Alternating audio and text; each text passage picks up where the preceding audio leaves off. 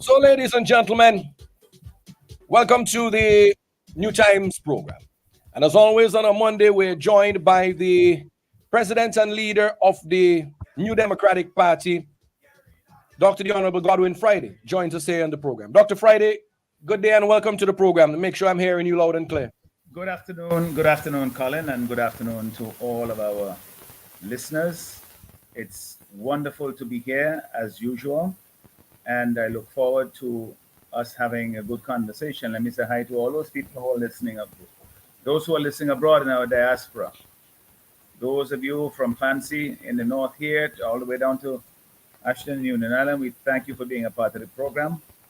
We know you could be doing other things, but you've chosen to be here because what we have to talk about here is very, very important.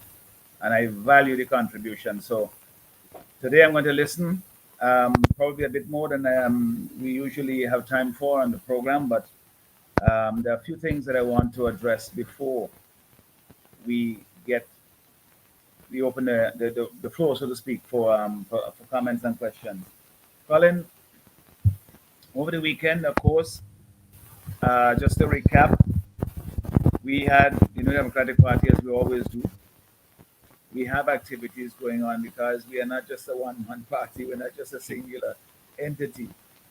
We have people in the various constituencies who are doing things all the time. Even some of them don't even mention. So last Saturday evening, we were, of course, out in Western George at the Daphne playing field with Sister Kay Bacchus Batiste. Had the health and legal fair there, and quite a number of people showed up, came and took advantage of the offer of a free medical consultation or legal advice and so forth. And I want to thank Doctors Goodluck and Murray and the legal team, Bruce and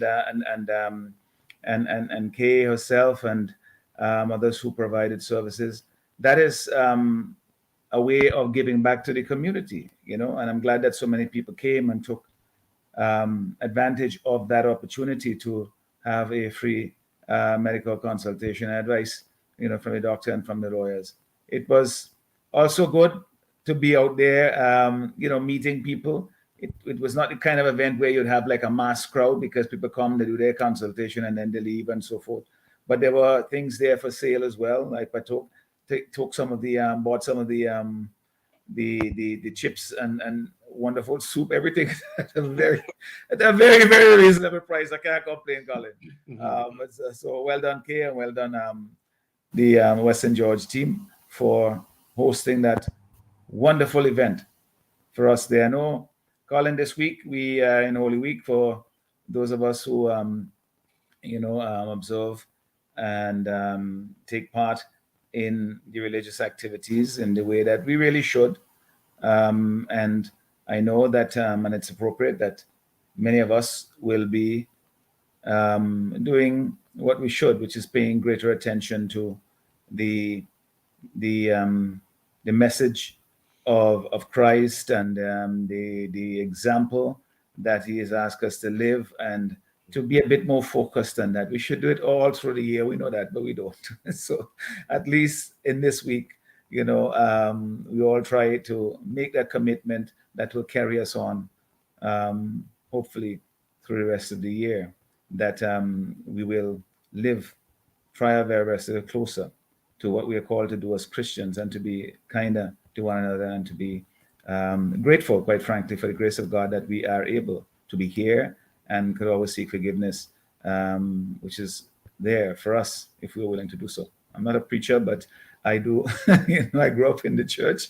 I was an altar boy in the Anglican church here in Beckway, and I was very close to the church growing up, and I've remained that way throughout my life. It fits and starts, but I'm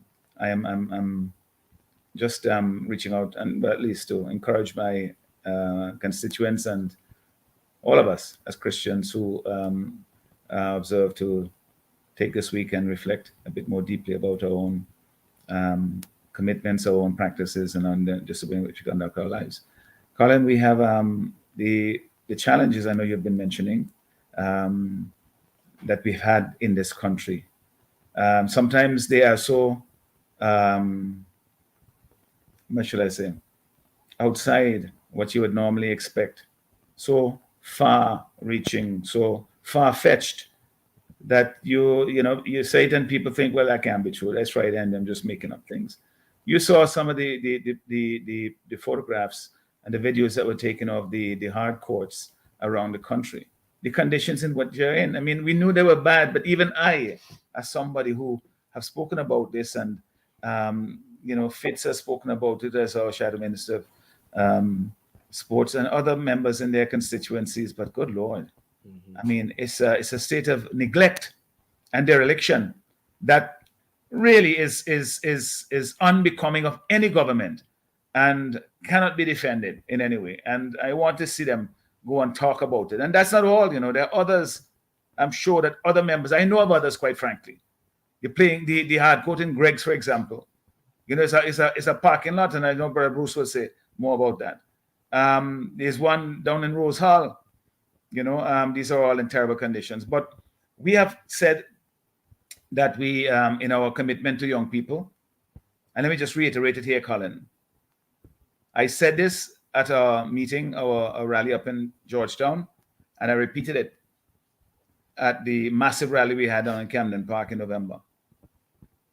To the young people of this country, the future is yours, more in this country than mine, certainly more than a lot of the members of parliament.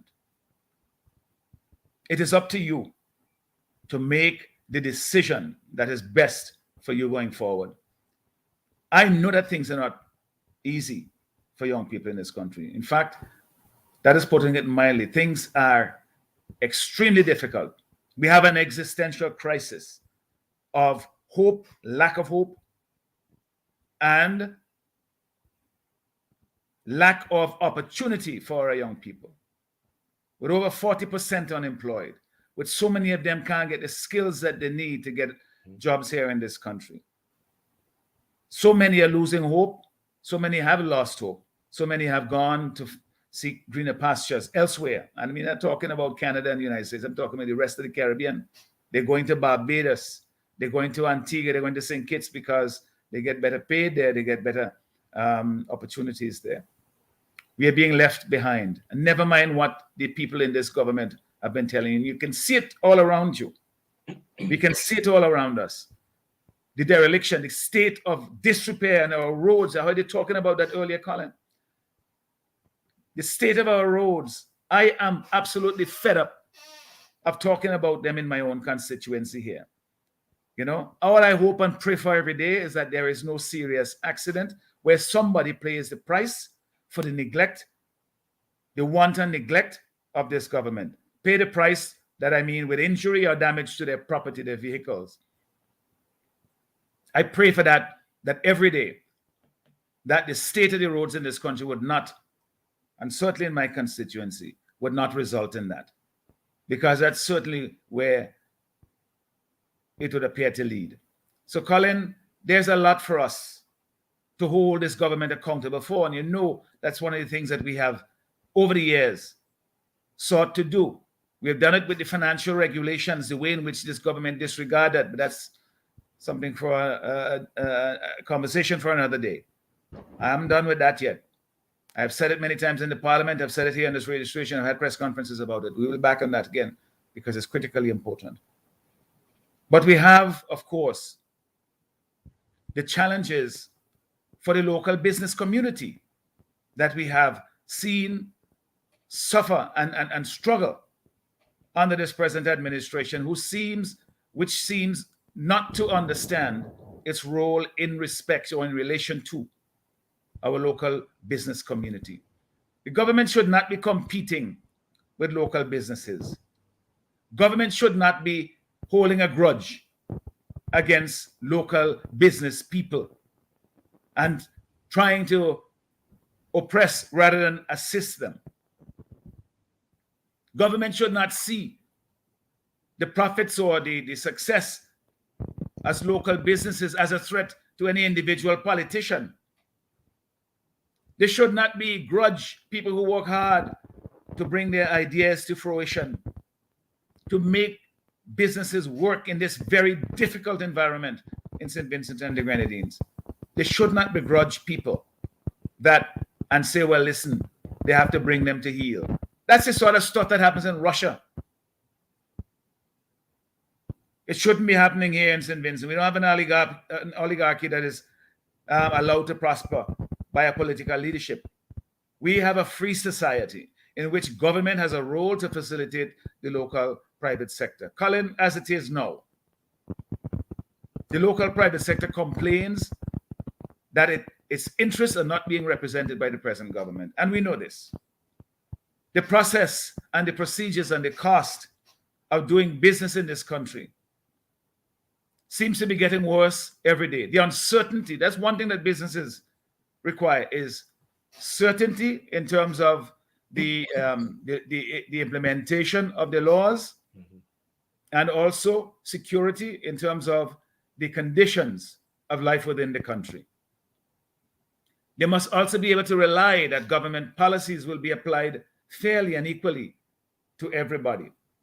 What we know now is that St. Vincent and the Grenadines, we rank by the World Bank, the most recent World Bank ranking, 130th in the world in terms of ease of doing business. That means there are 129 countries out of 190, I think they're ranked, that it is better or easier to do business in than St. Vincent and the Grenadines. Now, why should it be so difficult to set up a business in a country as small as St. Vincent and the Grenadines, where the society is not as complex? You don't have all these regulations. I practice law in Canada, I know. To do real estate in Toronto, for example, is a minefield because there's so many regulations. We don't have all that level of complexity here. Yet, we rank 130th in terms of ease. Well, you can't call it ease of doing business, because if you rank 130th, it's damn difficult to do business here in St. Vincent and the Grenadines. So we need to change that. And we in the New Democratic Party are going to be focused on that. The government has shamefully neglected our local business community. We are going to change that. We are going to have not just our own ideas brought to the table, but we have to have a conversation with the local business people. Here is this, Colin. If you want to do something for agriculture, as a minister of agriculture, who you should talk to? Just the people in your office? No, you talk to the farmers. If you want to do something for our fishing industry, which we need to do, no. You're going to talk to just the people in the Ministry of Fisheries? No, you have to talk to the fisher folk, because they're the ones who are there, they're stakeholders more than anybody else. If you're going to talk about the difficulties of the construction industry, you have to talk to the builders, you have to talk to the building contractors to find out what the challenges are and how government can make them better. If you want to talk, you want to help the business community because you say things are not going the way they should be. Even the minister of finance in his budget presentation was chiding the business community, saying, well, listen, we have opportunities galore coming. But if you don't want to take advantage of them, then there are others who will. Rather than saying, listen, our role is to ensure, to help the local business community, to be ready for whatever opportunities come, to embrace them, so that you can have a good partnership, which is necessary to grow our economy, to build confidence in the business community, that no matter your politics, what we are looking forward here is for the benefit of the country. What we have here now, Colin, feels more, it's not an embracing of the business community by the present government. It's like an uncomfortable compromise on the part of the government, that they feel that maybe it's necessary at some point to engage the local private sector. But if they could do without them, they'd rather do so. That's what it seems to be. And certainly some of the utterances you've heard from the government people, the ministers over the past and over the years, are very much in keeping with that conclusion. where they see themselves essentially in competition with the local private sector, where they feel that if the politics of a particular individual business person does not align with theirs, then that person should not survive. And we have known very many examples of that. But even beyond that, Callan, if you don't want to talk about sort of deliberate action on the part of government to victimize anybody or to keep anybody down, if you consider just the benign, put it that way, neglect that there is, because the impact is the same, where you have a government that does not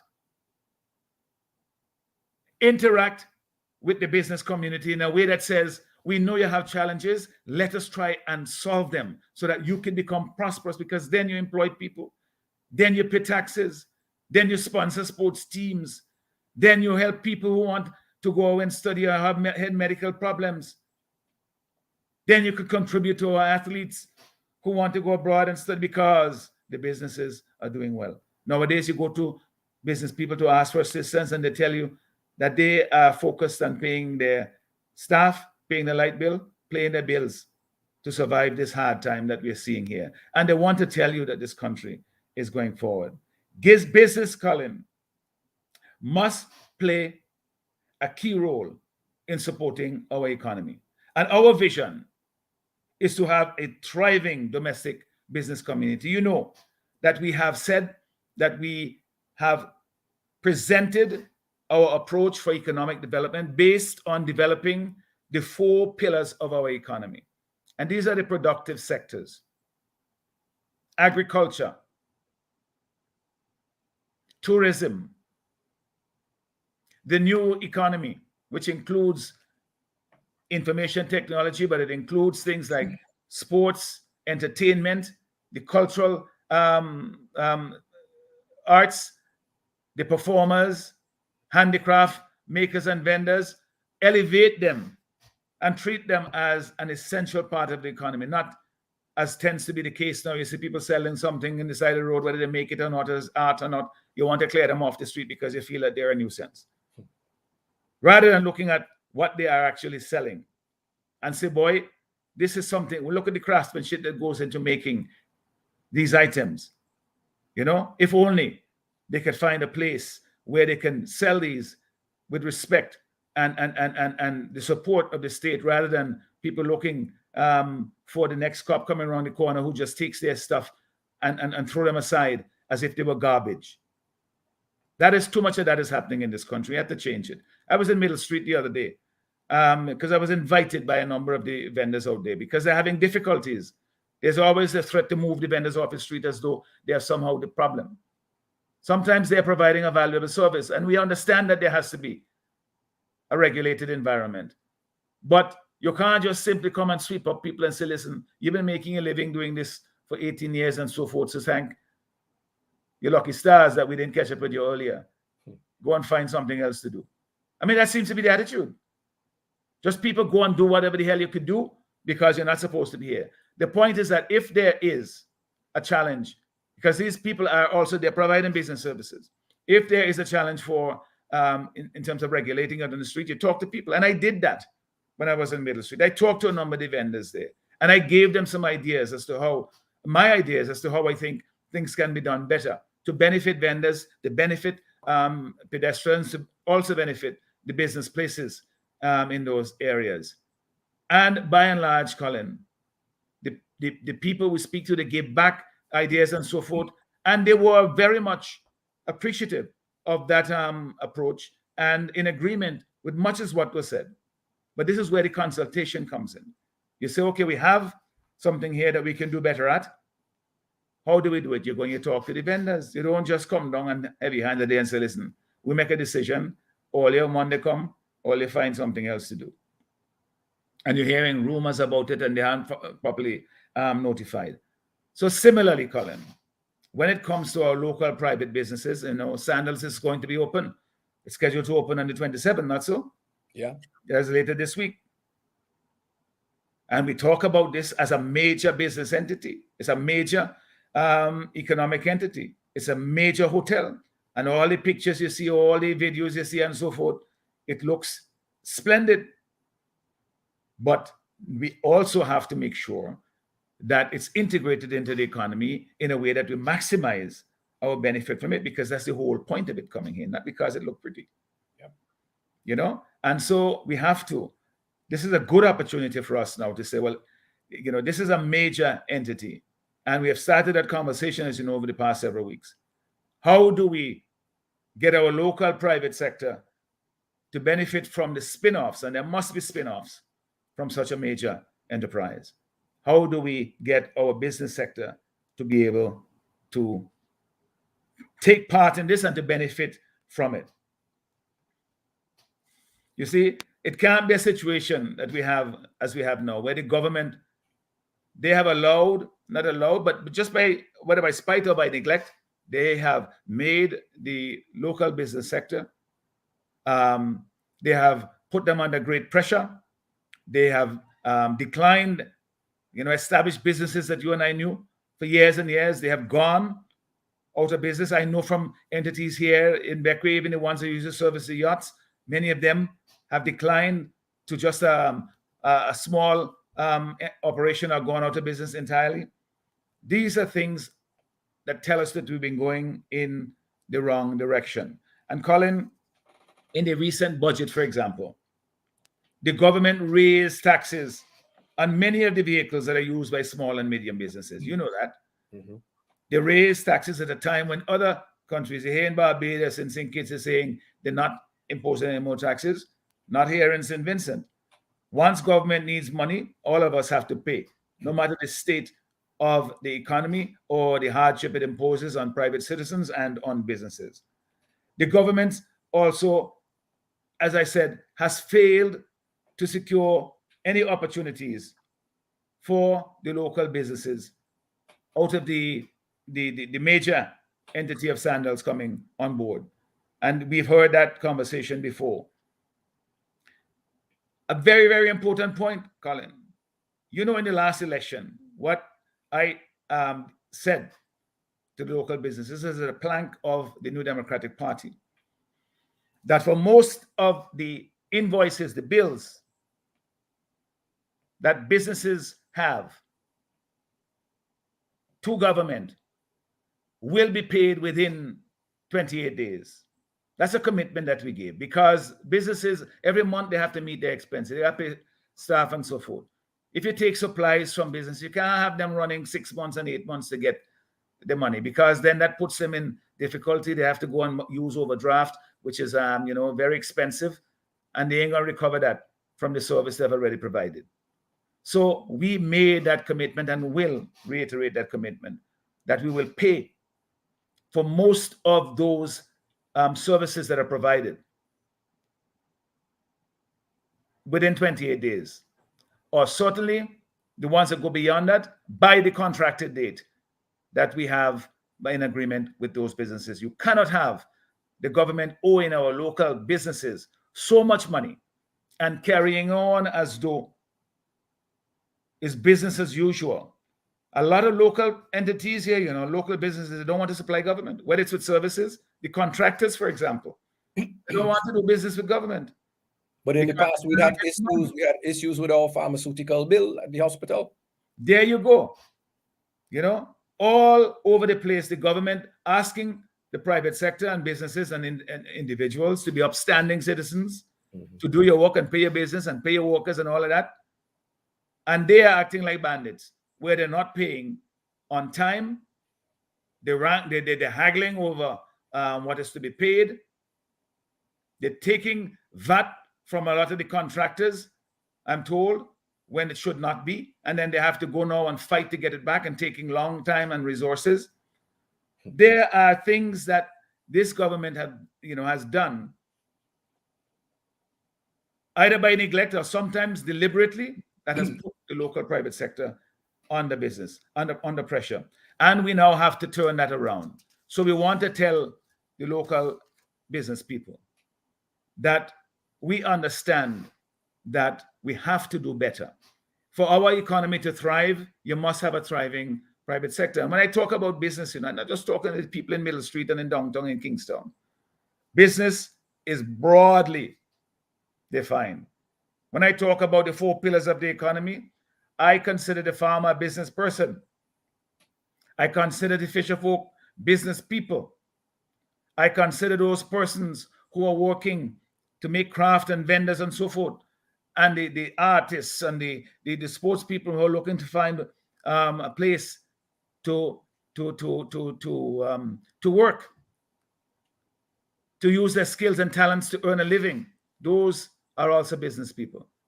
We have to find a way to reach out to them to say, listen, guys, the New Democratic Party is serious about creating a better environment. We can't be 130th in the world for in ease of doing business and think that that is sufficient to help us to get ahead.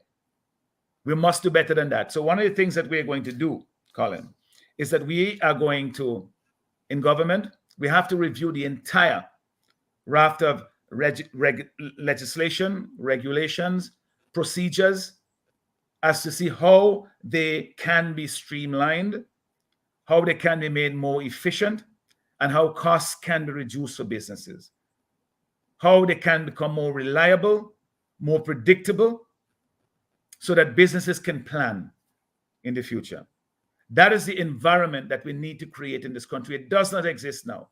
Now it seems that everything is just political. If you fall out with somebody in government, you don't know what is going to happen. In fact, you know what's going to happen.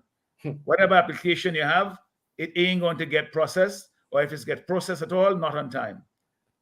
If you make an application for some sort of assistance or concession or whatever, even though you deserve it, you're not going to get it. So people keep their mouth shut and they bear their grinds, so to speak. If we do that, that is just a survival mode. We need to get ahead further than that. And that is what we in the New Democratic Party want our people in this country to recognize, is that we can do better and that we will do better. Colin, we have to. We have. When I was in Toronto and New York last October, one of the things that I would ask for the people there who came to those meetings, lots of people came, and they want to be able to do business, to do things in Sinton. Some want to come and use their skills to provide services here in the country, you know, because some of the people are very highly skilled. They have had professional lives, very productive in those cities and those countries, and they want to give back. Others want to do business, but they find that it's a minefield. There is no real structured way in which they can become involved. I believe that our diaspora is an important economic asset to this country. And so it is incumbent on us to reach out to them, to embrace them, and to make them a part, an essential part of our economy here, so that they can derive economic benefit from their relations with local business here, with government here, and so forth, and that we as a country will derive benefit from it as well. So one of the things that we propose to do in government is to create that link in a structured way, not to just have a diaspora and regional integration and diaspora unit, but ask them what they do to facilitate this process.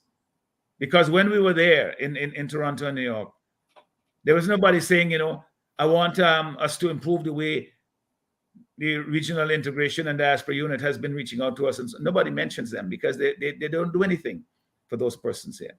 So we need to be able to do something in a much more constructive way to harness the resources and the talents of those people in our diaspora to make sure that they can play a part in our development. Colin, we talk about the fact that, you know, our young people that go to school, the government said they have a revolution in education and people come out, they still can't find one. But the main thing is that there is no agency to say, how do we match the skills with the jobs that are created? Who does somebody coming out of school, whether it's a technical institution or community college or high school, go to and say, listen, this is my resume, these are my skills, I'm looking for work? Who do they go to? There's no agency here. It's like you're on your own. And so our plan is to, in addition to the Youth Guarantee Pledge that I made to the people, the young people of this country, one of the ways in which this will be implemented is to create a national skills agency that will not just catalog, but will help to match the skills of our people with the jobs that are there, and to identify where training is required, where these skills have to be created. So we have to put programs in place in order to do that. It is better to have an institution that is, focused on those two essential components rather than leaving it up simply to the colleges and the technical institutions, and even the Ministry of Education to do it. You have more of a professional agency that's saying this is how we're going to go about doing it. So those are some of the things, Colin, that I believe that will help to improve the environment for doing business in this country, create opportunities for local businesses and for foreign investors who want to come and do business here, and create job opportunities and opportunities for spin-offs for local service providers and so forth. Those are things that we need to do. And we have to start that conversation seriously. And government, they can't just think that they have all the answers, because they don't. They do not. We see very clearly. If you are the Minister of Tourism, humble yourself, go and talk to the people in the tourism industry. Don't go lecture them, because you don't know what the conditions are. They know it. So listen to them and then find a way forward, because you are there to serve and to help them to prosper, because when they prosper, the whole country will prosper. That is what, Colin, I believe is needed to turn the business environment around in this country. That is what we are going to provide as a government that is focused on promoting the local private sector and attracting foreign investment from abroad that is beneficial to our country. That is what we are geared towards doing when we form government. And the sooner that happens, the better, because we cannot continue the way that we are going. We cannot continue where our local businesses are finding it almost impossible to survive, and they are crying out for help, and nobody in the government is answering, because they feel that somehow the business of government is to essentially make government look good, rather than to make the private sector and private individuals prosper and look good themselves. That creates, I don't know, maybe it creates too much independence on behalf of those persons. And there is people who are in government, they fear that, because with independence of our local private businesses, our local business people, our local citizens, people in this country, then there's less of an ability to control people as though they're sheep. That needs to change, because it helps to unleash the entrepreneurial spirit in our country, and it is there. And it creates better opportunities for businesses and for citizens in general to be able to make a living, and in so doing lift the living standards in our country and create a much more prosperous St. Vincent and the Grenadines. The way we're headed now does not do that. It's in the wrong direction. Never mind what to tell you. We have talked about the crime situation. You see the conditions of the road. You see the deplorable conditions of the playing facilities that they're supposed to be looking out for young people. All of that is visible. What is less visible is the interaction with the business sector. And you only know it when they come out and they tell you about it. And as I tell you, people are less likely to talk publicly about these things, because they know that there will be retribution. So we will engage with them privately, and we will find ways in which to interact, to find out what the conditions are, how things can be better, and to form that relationship of trust, a true partnership between the private sector and government, not one of an uneasy or a reluctant compromise on the part of government that seems to be compromising their principles of saying government does it all, government knows it all, when they seek to involve the private sector. That has to change, and we will change it. All right. Dr. Friday, we just recently saw the peak of our inter-primary and inter-secondary school athletic meet at the here in St. Vincent and the Grenadines. Obviously, you had the opportunity to visit and to support the young ones. as a part of the New Democratic Party's initiative to support athletes in sports in the various disciplines here in this country, the New Democratic Party, under your leadership, launched the National Athletics Program. We saw that, of course, athletics came into the spotlight after Shafiq Maloney made the glaring revelation that even though she was ranked number 2 in the world for the women's 800 meters and possibly going into the Olympics in Paris, possibly bringing home a gold medal for St. Vincent and the Grenadines, there was a lack of support for her nationally. Under an NDP administration, the New Democratic Party sees the focus on youth. I wanted to highlight what was the reason behind the New Democratic Party's National Athletics Program launch. Well, Colin, it's always been the policy of the New Democratic Party to promote local sports, to help our athletes, our young people, to reach their full potential in athletics. It can't just be a matter for the academics, because there are people who have skills. Some have both academic and athletic. Others, they have athletic skills. And so we have always been a party saying that we will promote this. But we have thought about it as to say, well, how do we then advance that policy? And what we announced is that we will have a national athletes program. And what it is, somebody who reaches a certain standard that will be determined, and we have started to reach out to the local sporting organizations to set up that consultation. The benchmarks will be determined in consultation with the local disciplines, the organizations, in whether it's in athletics, in swimming, in basketball, football, whatever the discipline, the sporting discipline. And once you meet that benchmark, then you will get assistance from the state. And this will help emerging athletes, and it will help our elite athletes, such as Shafiq Maloney, and others we know who have done, Hannah Roban, for example. We have wonderful athletes there, and we want to give people the opportunity to pursue their training without having to worry as to whether their mother, their father, their family could send their salary to them to be able to go to a meet or to buy equipment or to get the supplements or the therapy and so forth that they need as athletes. That is something that we believe that the state has a role to play. And in the same way, then somebody becomes a national scholar, for example, because they have achieved a certain benchmark in academics, automatically they qualify for assistance from the state. Why should it not be that somebody who reaches also as an athlete, in order to encourage athletics, and well, it's not just athletics, it's all sports.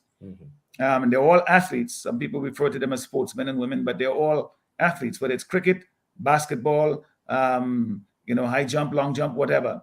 Why is it that when they reach a certain benchmark, that we only hear about them when they perform in extraordinary ways, and there's no real assistance? There's a scramble now to say, let we see what we can do to assist them. Think of how many more we have lost along the way who fell out because they did not have the support earlier on. They did not have either the determination of these athletes who succeed now, or sometimes just the luck of having somebody who says, listen, I'm going to help this person because I can see their potential. What do you see as the long-term benefits as to helping these athletes going towards St. Vincent and the Grenadines? Colin, it is, that's a lot of that is obvious. As I said, an athlete who succeeds, who becomes famous, you think of a Donald Foyle, for example, in basketball. We're thinking now of Shafiq Maloney. You raise the profile of St. Vincent and the Grenadines, that alone gives more than certainly any politician could do in 20 years of being in Parliament. Right. And so it benefits all of us. But it provides an opportunity for those persons to make the best use of their talent, and in keeping with our push to create the new economy, which includes sports and sporting activities, that this also is part of developing that component of our economy that we spoke about. It is consistent with our approach for us to develop the National Athlete Program. It is consistent with our approach for us to reach out to the business community as we are now, in the same way that we did with the sporting community, and we have done with the farming community and so forth, and that we have done in the social sphere with education and so forth. These are all things that are necessary, but have not been given the kind of support that is required for them to succeed under this present administration. And empty talk is not going to do it now, Colin. And you can't run after 20-something years in government and say you're going to do it now. You know, it's just simply not plausible. It's not credible. You're not believable. All they're trying to do is to bamboozle people now. The better thing to do is to get them out of there and say, listen, it's time for us, if you want to use the sports analogy, it's time for us to pass the baton from one person to another as prime minister, from one government to another as the government in office, and so that we can move the country forward. Politics and governance is not a marathon. Nobody had time to run for all that distance, and when you reach the end, they drop down. Mm-hmm. It's not a sprint, Colin, where you go fast but you can't go far. It is a relay, and you have to pass the baton so that people can move the thing forward in a way that keeps us abreast with what is happening in the rest of the region, the rest of the world. We don't fall behind as we're doing now. In everything, we're falling behind, and that's because Rav Gonsalves and the ULP have been in office for too long. They talk about themselves as being over for so many years, but what matters is not how long you've been there, it's how you use the time when you're there. And it's quite clearly that they have not used that time in the best way for our country. There are other countries in the world, where you have leaders been there longer, and you look at the state of their countries and you will see that those are the countries that perform poorly on the world stage. So ask yourself why we are doing so poorly in St. Vincent and the Grenadines. All right. Let's move on to another big topic, another big issue here plaguing Vincentians in St. Vincent and the Grenadines. That's the issue of national security and crime.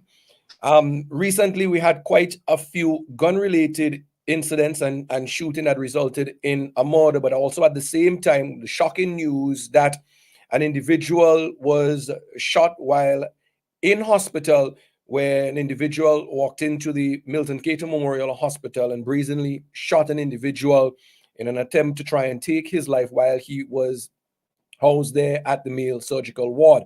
Just over the weekend, again, we've heard the discovery of a young female body discovered here in St. Vincent and the Grenadines. Police are suspecting foul play in that. How much is this issue of national security and crime prevention affecting you and affecting this country? And why do we see that why are we not hearing more from the leadership here in this country? We seem to have lost the connection with Dr. Friday. I don't know if we have a slight internet problem, but we have lost him here on the social media platform. For those of you who are listening on Nice Radio, we have lost the connection with the president and leader of the New Democratic Party. We're going to try and see if he will rejoin us shortly. Hopefully, he should be able to join us back here on the program. So I think with that, let's take the commercial break here quickly, ladies and gentlemen. And after the commercial break, we will come back and see if we can be rejoined by the president and leader of the New Democratic Party. So just stay with us momentarily. We'll be right back, ladies and gentlemen. Madam Speaker, I want to note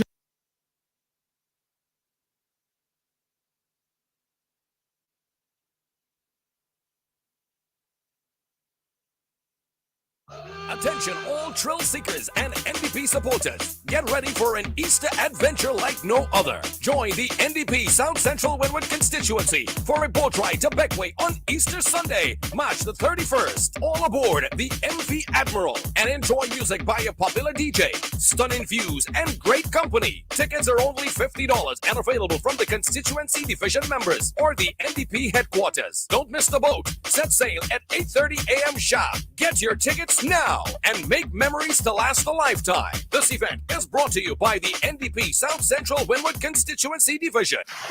Get ready for the ultimate Easter Monday Beach Splash. The annual East Kingstown Easter Monday Beach Splash is back with a bang. Join the Honorable Dwight Fitzgerald Bramble and the thousands of others on Monday, April 1st, for a day of non-stop fun on Sign Hill Beach. There'll be lots of food and drinks to enjoy, as well as activities for the entire family. So pack your sunscreen and bring your friends and family for a day of unforgettable memories.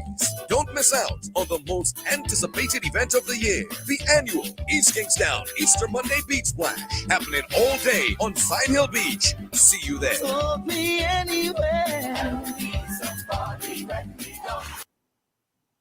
All right, so we're joined once again by Dr. Friday. Don't know what happened there a while ago, Dr. Friday, but welcome back. I think the problem was on my end, Colin, and sorry about that. All right. Well, just before we lost connection, I was asking a question. Again, the issue of national security is once again making the headlines. We had quite a few shootings here in St. Vincent and the Grenadines, one resulting in yet another murder. We had the startling revelation of an individual making his way into the Milton Cato Memorial Hospital and shooting a young man that was on the male surgical ward. That brings in the issue of national security and how bad things are in this country and healthcare. Over the weekend, we heard the discovery of body of a young female, and police suspect foul play is involved in that. When you hear of these continued issues as it relates to crime and in this country, how does it make you feel, Dr. Friday? Are you worried about where we're headed in this country and the lack of response that we're hearing from the ULP administration? Colin, I am worried, and any right-thinking individual must be worried. We have made this subject of crime and violence in the country a matter of national concern over the past couple of years, because we, as a country, as you know, we've had more homicides in the last 2 years, each year surpassing anything we've had previously. So we have set records in 2022 and 2023. Not records we want to be, we can be proud of, Colin. We had more homicides in those years than before. And this is something that, again, creates a disincentive. It's bad news for business community and for persons, especially people wishing to come in to invest in St. Vincent and the Grenadines.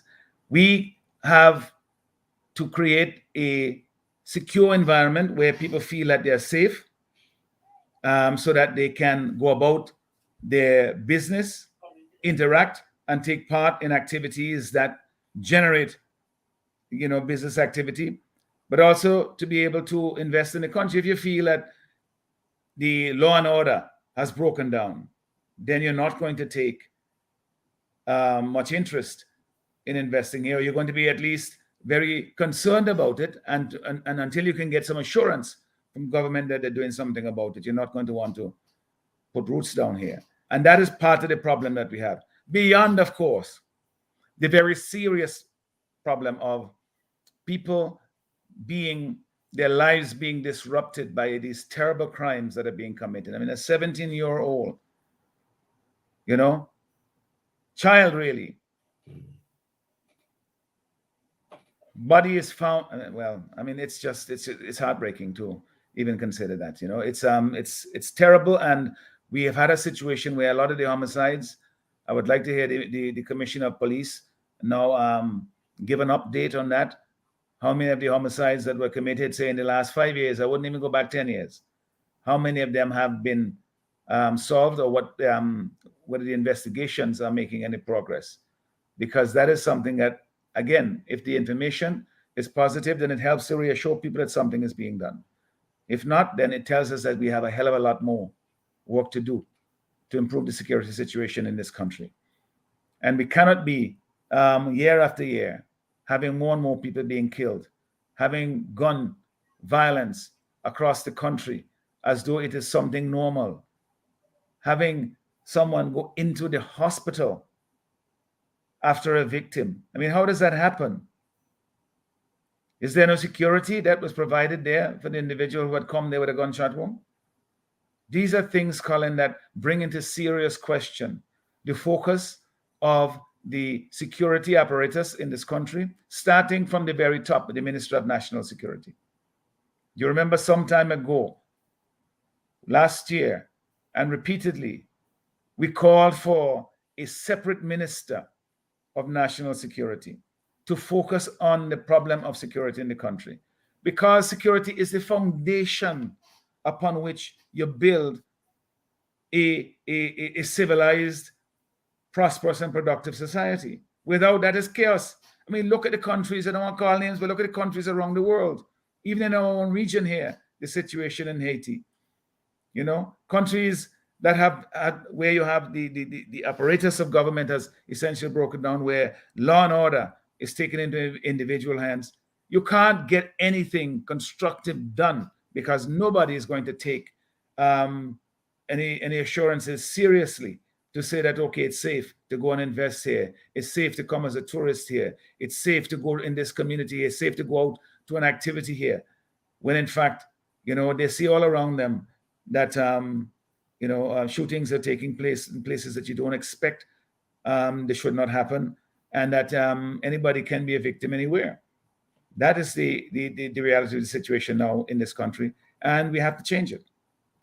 All right. Just recently, we heard that the guys on the other side will be having a big celebration. What is there to really celebrate after 23 years of what we've been seeing unfolding, the deterioration of our infrastructure in this country, a poor economy, high crime rate, high unemployment? I mean, what really is there to celebrate? I'm just curious to hear your response to that. Well, there are some people calling, you know, this is a government. That's one thing I got to give them their due, is that they know how to celebrate. They fill a pothole somewhere in Kingston and they have a ceremony over it. You know, in NDP, you build a mega thing and you just basically say this is part of what government does. And people have always said that one of the things, and Sir James used to say it, you know, he said, boy, you know, one of the things that we do in government is we make it look too easy. Mm-hmm. You know, they don't go out there and brag and tell you, ring in your hand about how difficult it is to get this done. And boy, you know, you have to go and do this and do that. And if it wasn't for me, nonsense. You know, all the time they're talking about things that should be done by government. They are failing to do it. We have given you some very clear-cut examples here now as they affect young people. The state of the roads in this country are going back to at times, even in pre-colonial times. They are in very, very bad conditions. In my own community, if you heard me talk about Bluff Road, they've been repairing it for the past 3 months. They reach a point now where they look like they're going to pave the area where it was most badly affected. But that's only one small part of the problem. It's the worst part. But there's another 30 or 40 feet extending beyond that still is in terrible condition that doesn't appear like it's going to be fixed, because after all, they said this is going to be a temporary fix. But all over the country you go. I mean, when you went up to Greg's the other day for National Heroes Day, I mean, some of the roads you're driving on, you have to be dodging. You know, you go into almost any community, you go off the main road, and it's potholes. Mm-hmm. So those are things that are obvious. What they're going to celebrate, I guess they're going to celebrate, that they've been there long. But as I tell you, look around the world and see the countries where you have leaders who've been there long and see the state. There's a correlation between longevity and poor governance, because they begin to take things for granted. And when they use the machinery of government to stay in office, to hold on to power when they're not delivering to the people, then they are doing the country a great injustice, and the people will, in the next election, deal with that. That is a choice that they have to make. Here they go on out celebrating when you have 41% of the young people unemployed. They go on out celebrating when you can't get bandages and medicine in the hospital, when the roads all about the country in terrible conditions, when the hard courts all over the country need repairs and made available to young people. Who are they looking after? Who are they celebrating? Well, we shall see. Anyway, that is their business. If they want to go and have a party, they said that Nero fiddled while Rome burned. There are some historical analogies that you could draw upon to characterize what they're proposing to do out there at Honnestville. All right. 19 minutes after the 1 o'clock hour, we'll now open up the phone lines for persons who would like to call and interact with Dr. Friday. I think we have a caller. Caller, welcome to the program. Hello. Thank you very much. I've been waiting patiently to say something to Dr. Friday. Let me begin by saying I can understand all what he said in terms of replacing a government that has shown up how strong they are and how weak they are, how bright, brilliant they are, and how dumb they are. We have had enough time in this country, and those of us who analyze and have critical thinking know what is critical thinking. Certainly, people like me cannot sit back and don't say anything as to where our country is, the state of our economy. But one thing I must give them commendation for, and maybe because they're led by somebody like Dr. Ralph Gonsalves as Prime Minister, and he knows how to use the language to mesmerize and to hypnotize those of us who don't read and those who don't listen and take notice of what is going on around us and in the rest of the world. But Dave, I think the people of the country have moved on from that kind of I would thing hope now. so. But I would say that they have, and we will see that. And this is something that people have come to realize, that empty talk don't put bread on the table, and this is what I am concerned about. And the same people. Yes. And the pie getting smaller, so the same people are the ones benefiting, and it's a smaller and smaller circle because the pie. So I don't mind the pressure. Let the pressure build up, and they say pressure does bust pipe and bust many things. Because when you start to feel the pressure, many of us are suffering from the real pressure. People like me and those, who are not so young as before and who can move around and be physically fit and all of that. Yeah. But at the same time, my mouth is my weapon. All right. Once I control my mouth properly, without pulling down, and this is what thank you, Dave. Keep from the other country, from the other party, so to speak. Thank you. Thank you. Expressing yourself and encouraging other people to do so. I hope they'll learn from your example. All right. To our viewers and listeners, of course, you can interact with us here. We have a quick comment here from Sharon who says, too many of our young people are dying violently. This needs to be urgently addressed. But why are we not hearing from this administration, Dr. Friday? Because, Colin, for two things, that's a very, very insightful, very, very, very good comment from that person there. Because what it does is it shifts the focus away from just the fact that they're crime and punishing criminals and catching criminals. That has to be an essential part of crime fighting. But we also have to consider that these are young people who we would have hoped would have had productive lives here in St. Vincent and the Grenadines, with families and so forth, the ones who are dying and the ones who are committing the crimes. That these are people who have gone on the wrong path. And so there is a loss to the society as well from that. And the comment that was made that too many of our young people are dying is absolutely true, and it's very sad. Many of them are the victims of crime, and many of them are the ones who are committing the offenses. And Doc, we have another caller. It's a pain for all families. Go ahead. Caller, welcome to the program. Hello. Hi, good morning, but I don't want to really change the topic, right? Go ahead. But me and my children went out this Saturday the 16th. We went to a church function, 9:40 we leave, and we came back about after 5.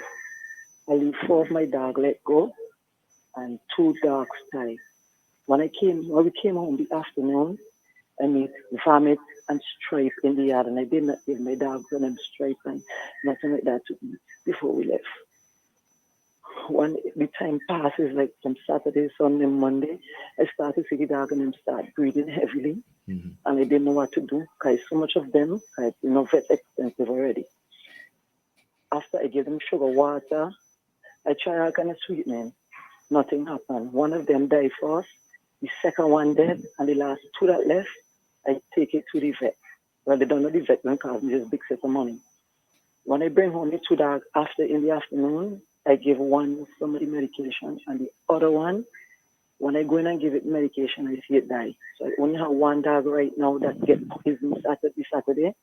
I trying to get it nurtured and see if it will come back. That was the last, and the other 3 done dead already, and then 1 left now. And I don't know why people have to do these things. They're killing women, they're killing animals. Why? Why these things have to take place in Vincent? Well, as somebody who, who turn your radio in the background down for us, please. We're getting a feedback. and loves animals, that's painful loss. Imagine how that child would have feel. Yeah, that get killed Saturday. I can feel like I know it's very, very painful, but let's hope that the other one survives. Are you surprised that you're hearing this from this caller, taking into consideration that we've seen a lot of criminal activities with house break-ins happening recently here in St. Vincent? Yes, Colin. This is something that the police now they have to. The current head leadership of the police force, the commissioner, they've started, or at least they started out on a public outreach. There seem to be more initiative to sort of engage the public in what they are about and feeling that they have an obligation to inform the public about what is happening. Now, there have been a number of numerous break-ins. Some here in my community, here in Beckway. You have house break-ins, burglary taking place in several parts of St. Vincent and the Grenadines, and this is something that the police needs to acknowledge that is going on and let people know what they're doing about it. Let the criminals in particular know that they will be caught, because that creates that's the greatest form of insecurity. If you return to your home and you realize that somebody has been in there. Worse, if you wake up in the morning and you know that somebody came in while you were sleeping, you can't sleep for the next week or month. You certainly want to go sleep in that house again. So these are things that are certainly, the police have an obligation to come to the public and say, listen, we know that these things are happening. We are as much aware of it as you are, if not more so. And this is what we are doing about it. And we are going to give you the assurance that we're working very hard. We have some leads, whatever it is, but help the people to get some assurance that they're doing something about it. Not that you report, which we have heard from here, even here in my community, where you report to the police and then you are sort of at a loss as to what is happening. You don't hear back. It's like if you're bothering them. That can't be the case. They have to be much more interactive and say, listen, let me contact this person, let them know that we followed up on the lead that was given.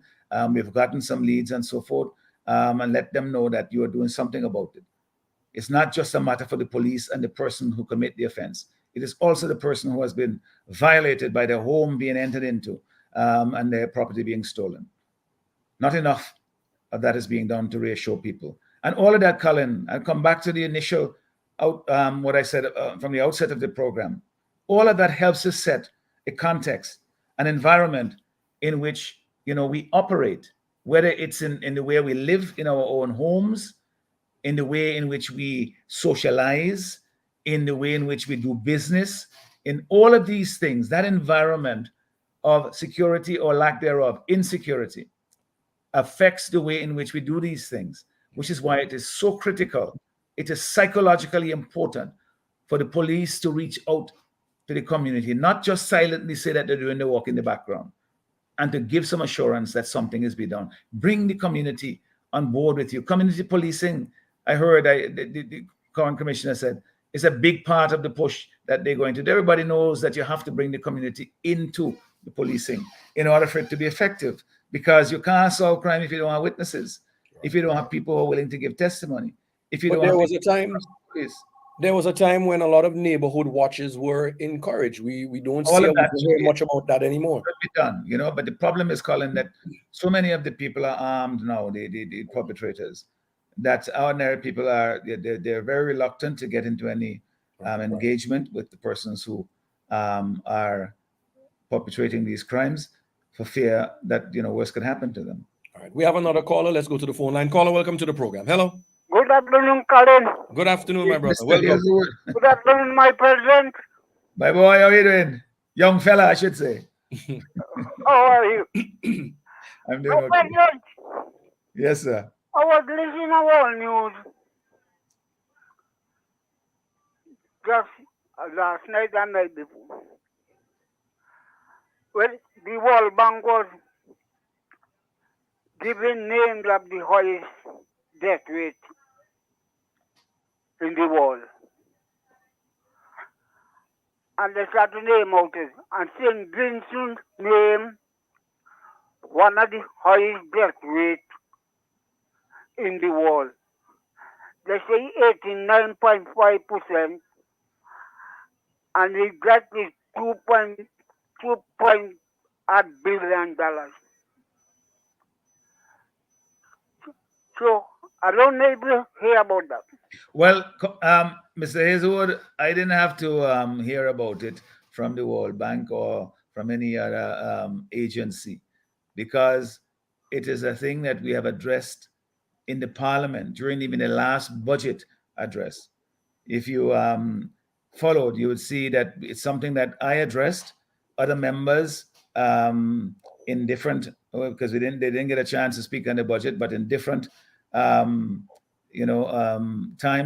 in the Parliament, address the debt, the national debt that is just climbing daily, and the cost of servicing that debt is growing. That is to say, that the amount of money you have to pay for interest and to repay the debt, that is taking a bigger chunk out of the money that you raise from taxes and from sale of government property.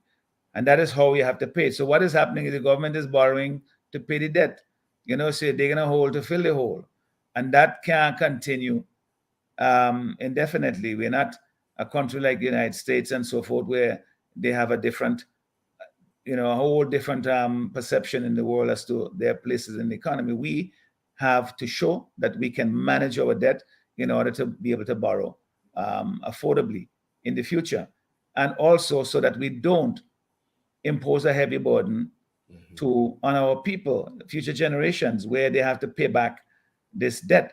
And one of the things that we have raised, well, the Eastern Caribbean Central Bank has essentially set a level of, I think, 65% or thereabouts of GDP as a prudential, meaning that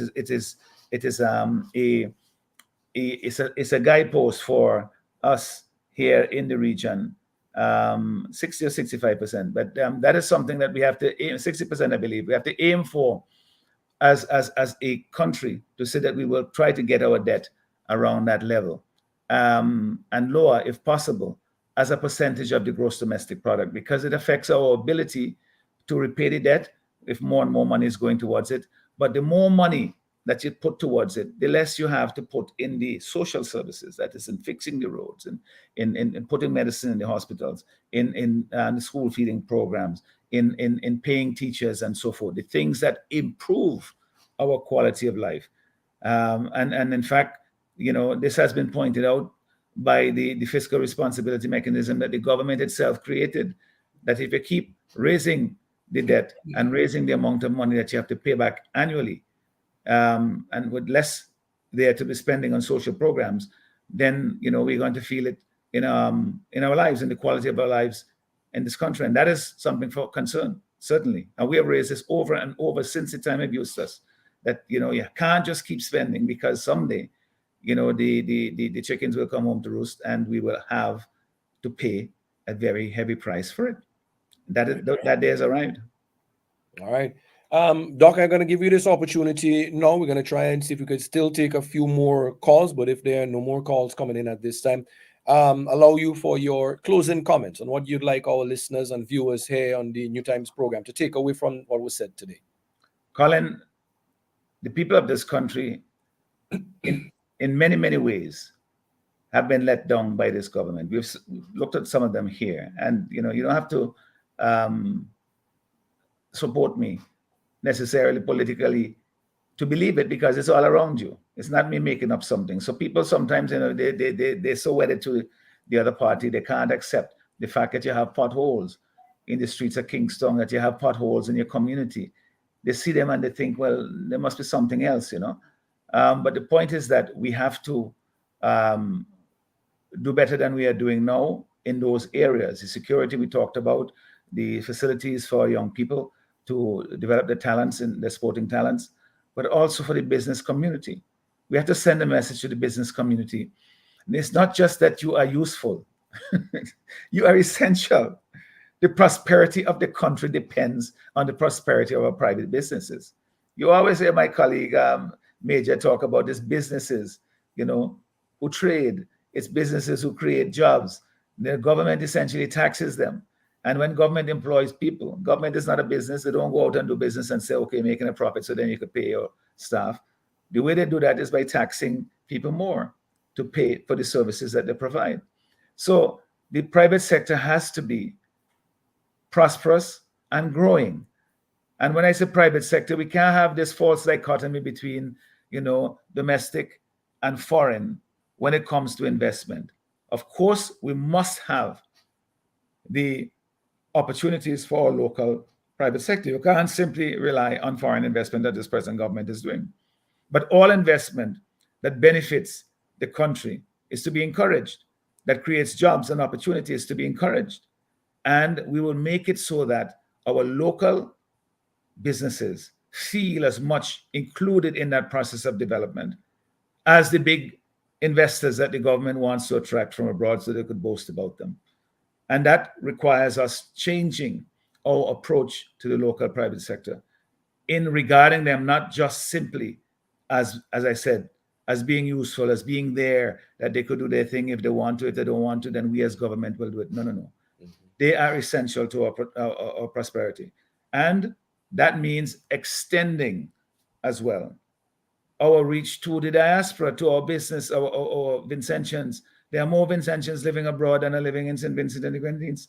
That is a huge, especially in New York and Toronto and places like that.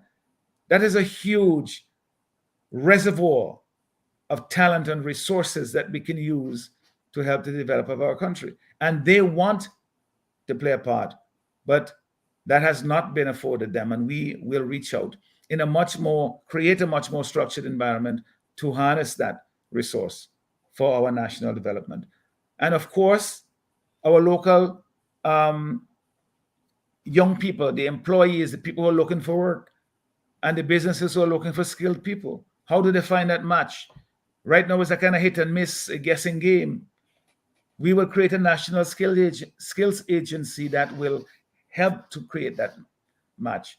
And when there is not enough of a particular skill that is required, then they can then approach to the community college and saying, listen, this is what we need to focus on. They can say to the people who are coming in to them with their resumes and saying that we need to be looking for so and so, listen, these are the areas that are looking for greater employment. These are the wages that they're higher than in this area. Maybe you should be considering retraining and retooling. And we have said in our Youth Guarantee Pledge that we will make sure that those opportunities are available. That is the difference.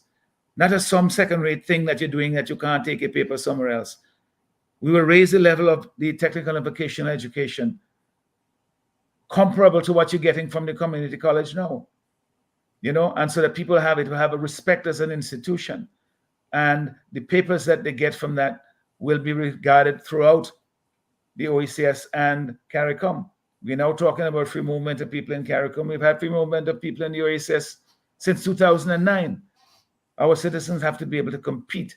But I want them most of all to be able to use their talents and their skills here to provide services to our local businesses, to our local communities.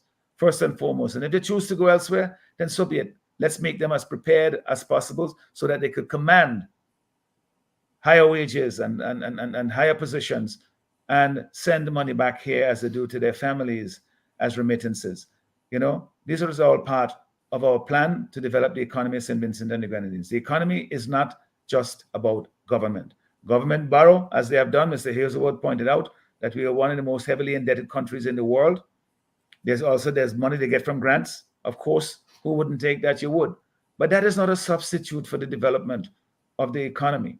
And the economy develops by having private individuals and companies engaging in economic activity in the 4 pillars that we have identified: agriculture, tourism, and the blue economy, and the new economy. We understand this, and we are going to pursue it with vigor, and we are going to pursue it in collaboration with the local businesses. We are going to engage in discussions with the local business people to be able for us to get this done as quickly as possible. And we're not waiting until we form government. We are going to be preparing ourselves so we could hit the ground running, because our country cannot afford to fall any further behind, Colin. This is Easter coming up. It's Holy Week. I started the program by engaging and urging people, to our fellow Christian brothers and sisters, to reflect on our own lives and to consider ways in which we can do better. And then, of course, for those, it's a time as well when people are engaging in fun activities too. Please do so safely, and reach out to one another in the spirit of this very most important time of our Christian calendar.